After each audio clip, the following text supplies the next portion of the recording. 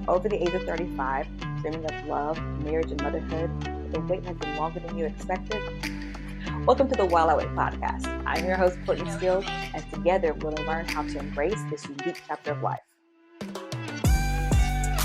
We'll transform this season of waiting into a journey of self-discovery, joy, and preparation to help us live fully now while preparing for the life and love we desire.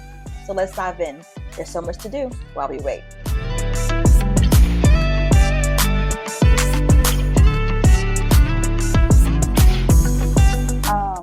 Shameless plug. My pastor is doing a marriage series right now with Faith Chapel in Birmingham. But one of the things he talked about last week was he was talking about marriages and how can two walk together except they agree. And so right now in my singleness, I took that message as like, how can I walk with the Lord except I agree with him? And so right now in my singleness, I have the opportunity to walk with the Lord unhindered, like unrestrained. I get to do this wholeheartedly.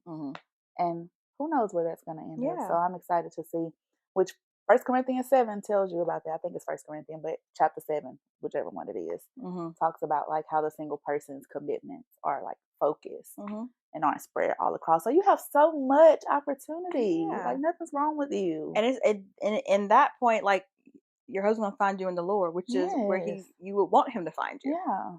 Not in these streets. No, I be on the sidewalk where I don't be in the streets. I'm like, y'all can have that. Too much traffic out there. I'm gonna just stay right here on the sidewalk. They biking and walking right here, like we on a good pace. I like that. I found another one as I was sitting here. A myth. As I was beginning this podcast, originally, like I said in episode 1, this podcast was going to be for single women who were just like me, single, over the age of 35, never been married, never had children. And the Lord let me sit with that for a minute. And then, he began to show me other types of singles who have been married but are now divorced, singles who have been married with children, now divorced. They're now not single. Married with children. They've never been married with children, widows. And so, and he was like, they all need to know that they're still a whole person. They may be hurt, they may be from whatever the circumstance may be, but they're still whole people. And so this one it says that marriage, as we know it in this age, is the final destiny of any human. And that's another group of singles who aren't like me, but they're still a group of singles, and they deserve to be considered as whole. They don't desire marriage. And there's nothing wrong with that. Only reason you get married is you can't handle being single. If you burn and yearn too much, you might want to go and consider getting married. If it's going to lead you to sin to stay single, go ahead and get married. Very loosely put. Read about that for yourself. Go study. Yeah, the Bible says, let every man have his own wife and every woman her own husband, because sexual immorality was at an all-time high. And so, like, the Lord knows if you cannot have self-control, but also it's okay to practice self-control. Sure is. It is. At any stage. Yes. Let's leave it there. You need Jesus. To have some self-control. Especially when you've already tasted and seen. This lady, I'm out of order. What did that man used to say? The man who died, I used to love him. Point of order. Like, you are out of order right now. But there are still singles who don't desire marriage. They are perfectly okay being by themselves. Stop looking at them like something's wrong with them. Because there's not. No. We don't know what their situation is. And it could be for them, and it could be for whoever the other person would be. And who wants to be with somebody who doesn't want to be there? So it's okay. You don't have to get married. I ain't trying to keep nobody who don't want to be killed. Exactly. Nobody. Another one of the myths that I've run across on this one is, why am I today? Singleness means God has withheld something good from me. But in actuality, all gifts from God are good. And I don't, like we mentioned before, singleness is a gift. Yeah, it is. Singleness is a gift. I feel like and you said something earlier to the point of like, you're glad your husband met. Oh, yes. Yeah. I'm glad that my husband will get to meet this version of Courtney, this confident version of Courtney, this faith-filled version of Courtney, this go with my knees buckling, but I'm going to still do it anyway. My armpits are I'm glad that he gets to meet this Courtney than 26-year-old Courtney when I thought I wanted to get married. When I thought I want to be married by this age because that's what my mom or my dad did. That's what I thought when I'm supposed to get married. That's because they had us making those. And when I remember when I was in not middle school, when I was in high school, we had like your 15-year goals and like. Yeah. So my 15-year goals, like at this point, I'm supposed to be like a millionaire and have kids, 3 kids, a husband, a house, like the American dream situation. Yeah. They set us up for failure. And that was the case in that time. There was a time when by now we would be considered ancient. That's fair. But now that's not the case anymore. Like time and society has changed, and we have to rewrite our own narrative. Yeah. And we'll look back on this. I genuinely believe, like I said before, that there's going to be a shift in people getting older before they get married, because it's truly a blessing to be the full person that I am, the whole person that I am now, whenever I get married, versus like 26-year-old. Well, granted, 26-year-old, the light was going off, but man, there was still so much learning. I always say the front part of your brain ain't developed yet. She said, well, like, say in your therapist talk, friend. Say it for real. This part of your brain don't get developed until you're like 25, and so it's not working yet. Like, you got to learn how to work that thing. And we think we know everything in our teens, in our early 20s. Like, my mom got married at 19 and had me at 20. And growing up, like, that was the goal. That was like, okay, I want to get young, because I remember my mom being 26 years old. I was here and aware and alert. I was 6 years old. My mom was 26 years old, and I was like, I just loved having young parents. Even now, I do love having young parents. I also remember turning 19 and being like, oh no, baby. Oh no, I couldn't fathom being married. And with some children. Like, even now, like, I think I made a Mother's Day post with my mom maybe last year or 2 years ago. And it was like, girl, when I think about, like, you at 32 had 3 kids and you were a single mom, I don't know how you did it. Like, me at 32 right now, thinking about if I had some little crumb snatchers running around with myself, just put me in an award. Okay. At my age, my mom was having her second set of kids. There's 4 of us. I was graduate when, like, there's a 16-year difference between me and my baby sister. At this age, my mom was going for round 2 by choice. Same husband. There was no same husband. Yeah. We all the same father. And I was just like, man, like, you're still ahead of me. And for a minute, you almost go into that level of like, man, like, what is wrong with me? But then it's like, no. My mom and I just talked about this. There is, once again, nothing wrong with me. There's nothing wrong with her having kids young. And there's nothing wrong with me doing things that I'm doing now and not having the kids. And granted, it's not necessarily by my choice, but I am still grateful for it. This is still a gift. I'm so grateful. My kids will grow up with a mother who is sure about herself. Yeah. And not that I always thought my mom was, but as you get older, they reveal, like, girl, I know. My nickname is Guinea Pig, because I was literally their guinea pig. Like, girl, we don't know. I love the honesty of my mom. She was always, every season of my life, got high school court. I never had no high school kid before. I don't know. We have to work through this together. I don't know. She said, Courtney, I've never had a college. Courtney, I've never had a college kid before. I don't know. Courtney, I've never had an adult kid before. I don't know. But it was like, okay, cool. Me either. I've never been an adult before, so let's work through this work together. It out together. Yeah. But all that to say, like, there is nothing wrong with me going through this. My mom now, she's like, Courtney, I just look at you in awe. Like, I look at you. It's beautiful to watch you just be able to up and go and do. Like, you just do things so assuredly. And when I tell her, like, I'm afraid, or I tell her I'm scared, she's like, you? Like, even my mom, who knows me like no one else knows me, it's like, you? I would have never thought that. I'm sitting here thinking, because you said 2 things that I want to hit on. Number one, you talked about how, like, you get to be a whole person to your husband, but I think the other gift of singleness is that you get to see yourself as a whole person. Like, you get to experience whole Courtney. Yeah. And I think that's beautiful, because a lot of the times we are unhealed, we get into relationships, we have the kids, and then we have this whole ball of mess, and we never get to see us at the fullness of who God has called us to be. And I think it's just beautiful to see ourselves this way. It is. And that's a gift in itself, because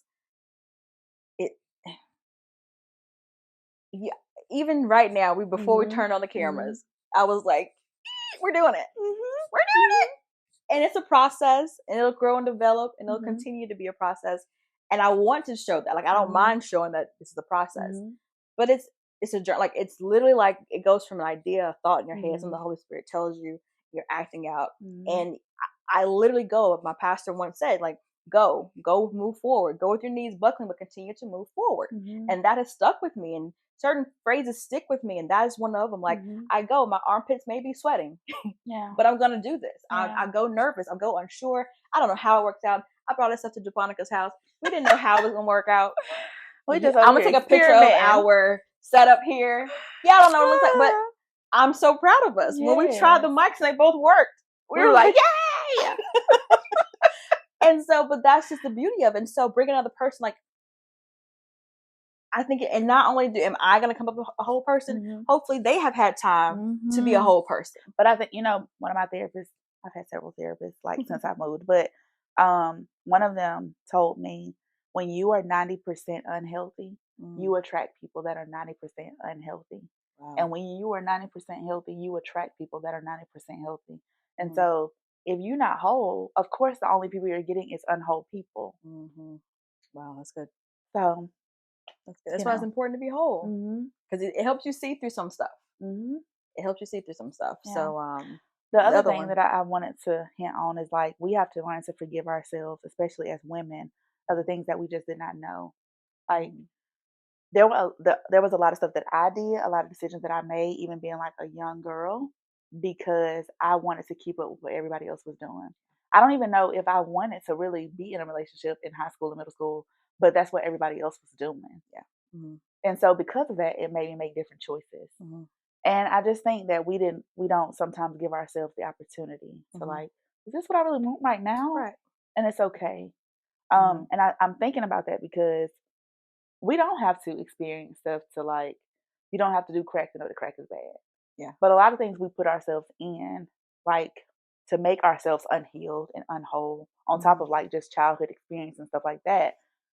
And then we have to, like, the repercussion of that is working through to get back to wholeness. And so, I hope that makes sense. I don't know if it does at all, but it does. I guess I'm just thinking about all the choices I made because I wanted to be loved. When really, and we talked about this earlier, there are so many different ways to receive love from people. And that goes to, I think, where our next one can be. Our next one, well, there's only one. Only romance is the only type of love. That romance is the only type of love. And I'm studying now at my church. It's a lie. There are 9 different types. Like, we only have one word for love. We have love. And so when I say I love you, which one am I talking about? I love you like a friend, love you like a family. Is it agape love? The Greeks had 9 different words for love. Yeah, phileo. Like, they had so many. Storge, that's the familial love. There's a maniac. It's not maniac, but there's a one that means, like, you love like an infatuation. Like, when someone is a fan of a celebrity, they go crazy and do anything for it. That's the type of love. Like, there's so many types of love. And so romance isn't the only one. Yeah. And we spend so much time trying to develop that one that we miss out on so many other ones. Yeah. This year, I decided that I was going to work on my friendship. Like, that's the type of love I want, my brotherly love. Like, I wanted to work on my friendship and those that the Lord have given me and put in my life. I want to make sure they know that they're valued. I love them. I want to spend time with them, because that's a type of love. That's a type of, even when you do get married or find your other person, like, I still want them to have friends. I need you to go sometimes. We've been by ourselves for 30 plus years now.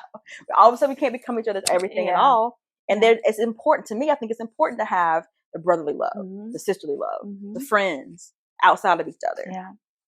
And that's, I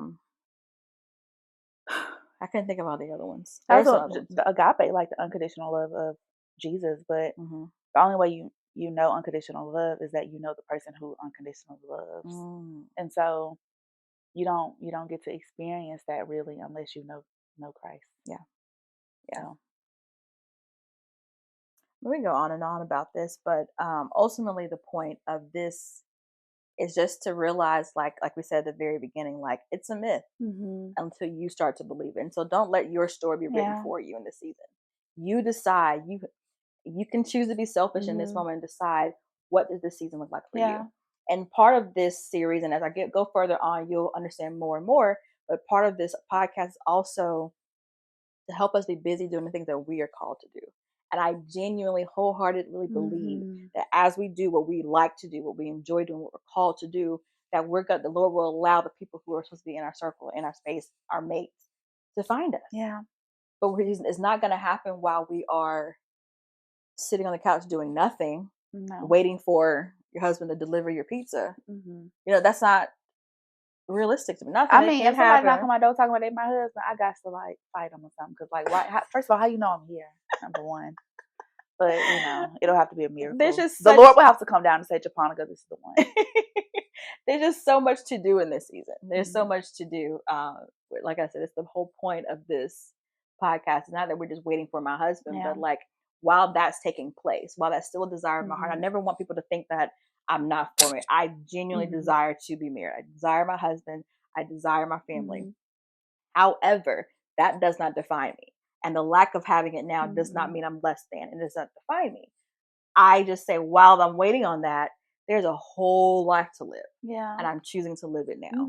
And whether that's through travel, learning new skills, whatever the case may be, that's the season that we're in. And I want to make the most of it. So that once I do have my family, and I want to hit on that too.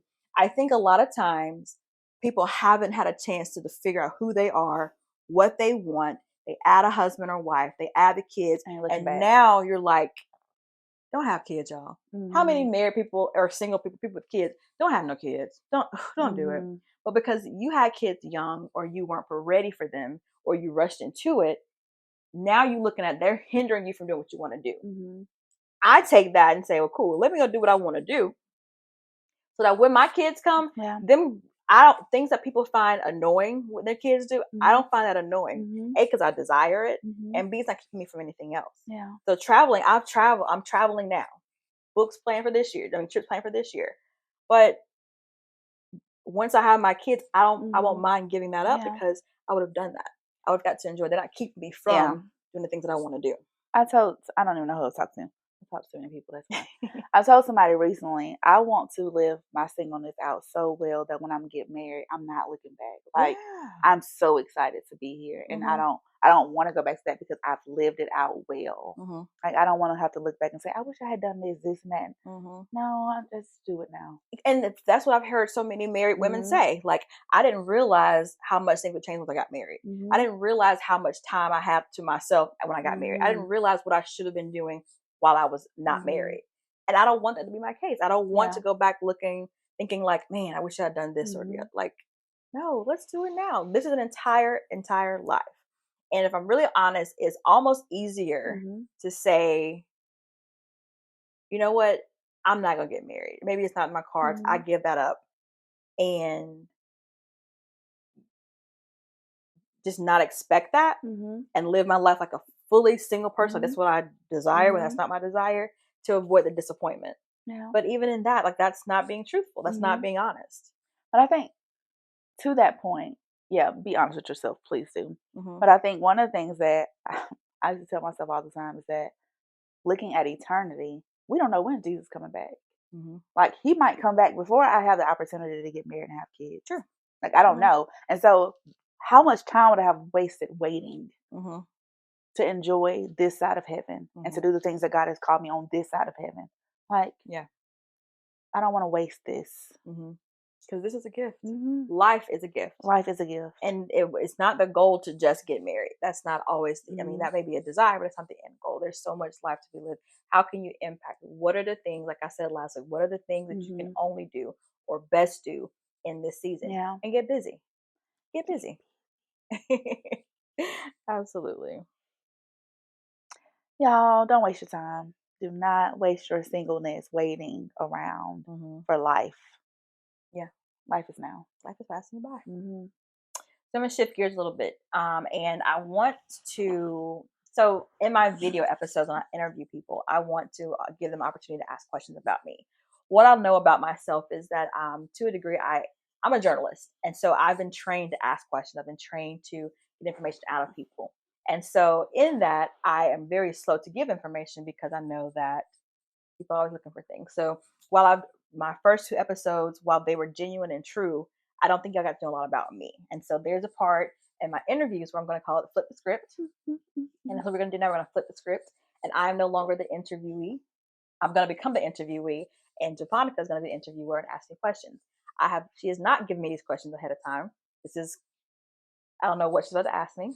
And as I tuck my hands in my lap, I'm getting nervous. But I think it's a way to allow people that I know well or don't know well to ask questions that will help you get to know me as well. So I'm going to turn it over to you.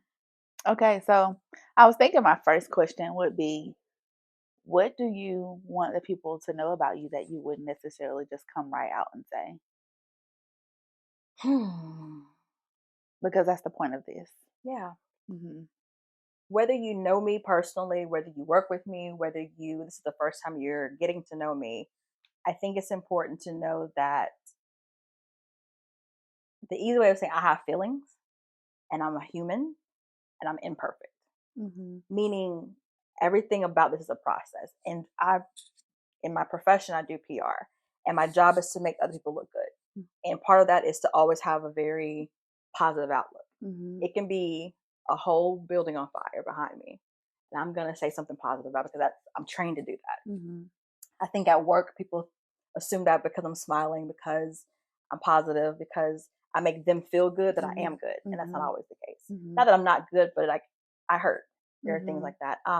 Being on a podcast, you assume that people who put on podcasts have so much more knowledge and experience and know-how than you. And that's not the case. This has been a process that I've grown to enjoy. Like I never hated it, but it's just shown so much about me. Like every little success is like, I did it, I did it. Like we talked about earlier. Every part, like, and for those who like my family, like I don't let people see. I'm a crybaby. I think the closest people that are my mom and my dad, close dear friends, they may know, but like I get emotional. I am an emotional being. Things that touch my heart in good or bad ways, like it makes me emotional. So off the top of my head, that's what I would think of. Is there something that you thought of that? Okay. I don't want you to think that, because like everybody has feelings and everybody's not always strong. That's what it is. She's not a robot. I'm not a robot, and I'm not always strong. It's just part of my job to look that way sometimes, but no, I'm not always. No. I'm very optimistic in life in general. I do find the glass half full.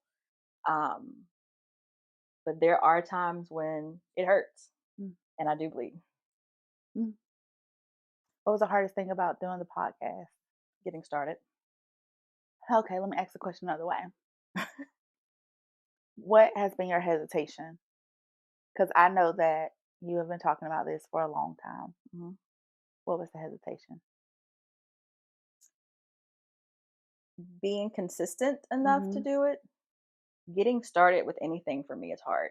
I can, part of being a journalist is you edit scripts, you edit video, and you're trying to get something to be as perfect as it can be. The difference with news is that there's a deadline. The news comes on at 6 p.m.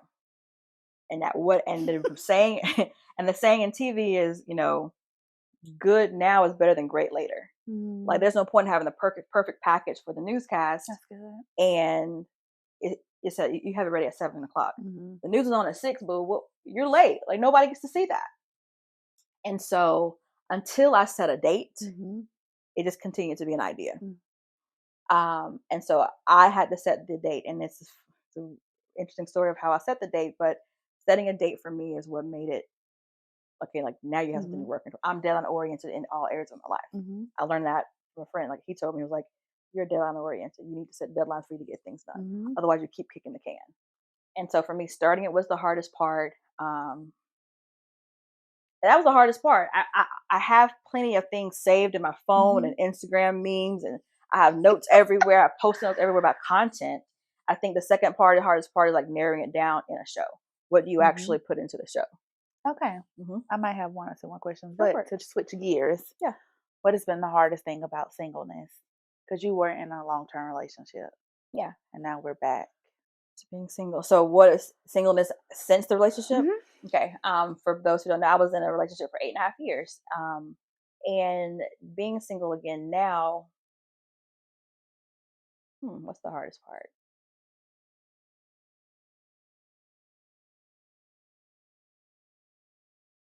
I have to edit this out. It's a good question.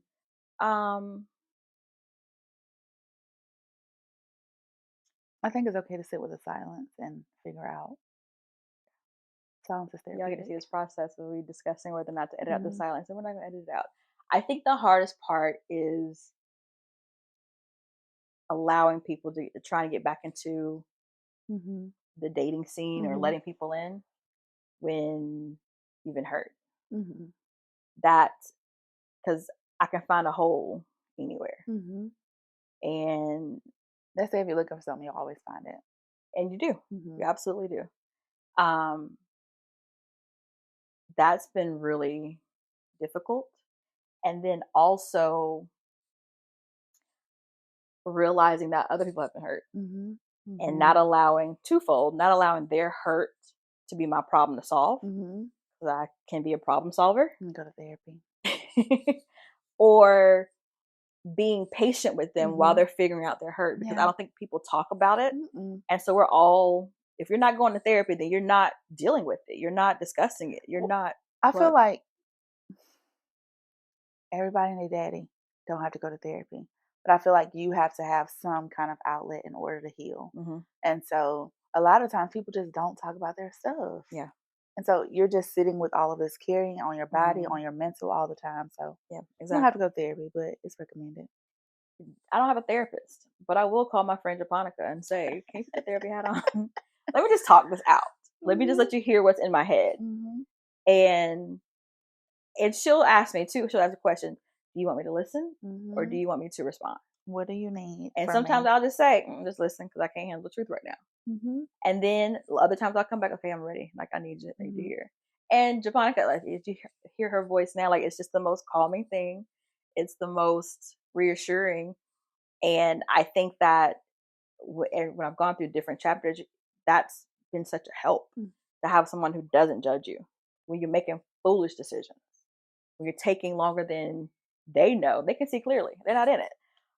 They being her, another friend of mine. But I think the hardest part is allowing people in and trying to set boundaries, like how far you let people in, how soon do you let people in. I realized for a minute, I'm gonna jump in, dive in. I believe what you show me at face value, and I'm jumping all in, and that isn't good. And so this go around, what I'm doing is I've brought my closest people in. So like my mom and my dad, a couple of my friends, they know everything that's happening. They know what I've done, good and bad. They know where I am, where I stand, what I'm doing. I'm not hiding anything this go around. And that helps me stay balanced so they can be like, because they've never been wrong per se. You all have always led me with love in the right way. I feel like we do that for each other though. Yeah. Absolutely. And I've been on the other side of that. Yeah. Crying on your living room floor like, yeah. Can I come over? Of course you can. Will you come over? Of course you will. And I'm grateful. I'm grateful for that, and I'm glad that I have that, because everybody doesn't. But I think that's the hardest part right now is gauging who to let in, who not to let in. What are the red flags? I'm not in the social version, but like literally like Courtney. Like, what are those things that? Oh, no. What are we doing here? And trying to trust myself at the same time, like not so I don't have to depend on other people to tell me, but so I can see it for myself. So getting back out there at this grand old age, because there are also so many things that you expect people to have at this point. Yeah. And what is true about that? What is reasonable? And what is, get rid of that list. Like, what parts should we let go? I'm figuring that out because no one's talking about it. So I don't know. I don't think I have any more questions. Okay. Before we end, though, I do want people to know more about you, Japonica. So, like I said before, she is a therapist by trade. She went to school and got the degree and everything. So tell our audience got the degree and everything. Everything, boo. Doing this thing. I am a therapist. I am in private practice. I also work a full-time job while I transition into entrepreneurship. Thanks, friend.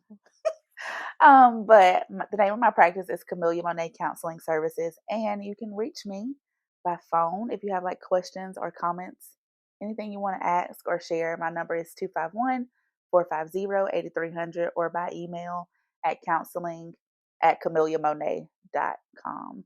And so I see everybody. I mostly like to see women, people who are going through transitions and looking to change their lives for the better. So Thank you so much for joining I also have a Facebook page. Look at it. What is it? Camellia Monet Professional Services. Absolutely. Anything else? It's so weird talking about myself because I'm usually listening. So that's it. Yeah. Y'all, therapy is for everyone. If you feel like you need to go, go. And it don't have to be with me. Trust me. Yeah. Thank you so much for joining me today. Thank you so much for walking me through this. I really appreciate we walked each other through this. I couldn't have done it without you. And there's no one I would have wanted to go through this first round. So I want to motivate you as you continue your journey and do your thing. So I'm excited. I'm excited. Thank y'all for having me. Wow, what a conversation. I'm so glad Japonica was able to join us on the show. You can now watch this episode and all episodes of While I Wait on YouTube at While I Wait Podcast. You can also listen to the audio versions on Spotify, Apple Podcasts, Amazon Music, and iHeart. Also, follow us on social media on Facebook and on Instagram at While I Wait Podcast. New episodes drop at 6 p.m. on every first and third Friday. Thank you so much for tuning in today. This is Courtney Steele signing off. Until next time, keep thriving.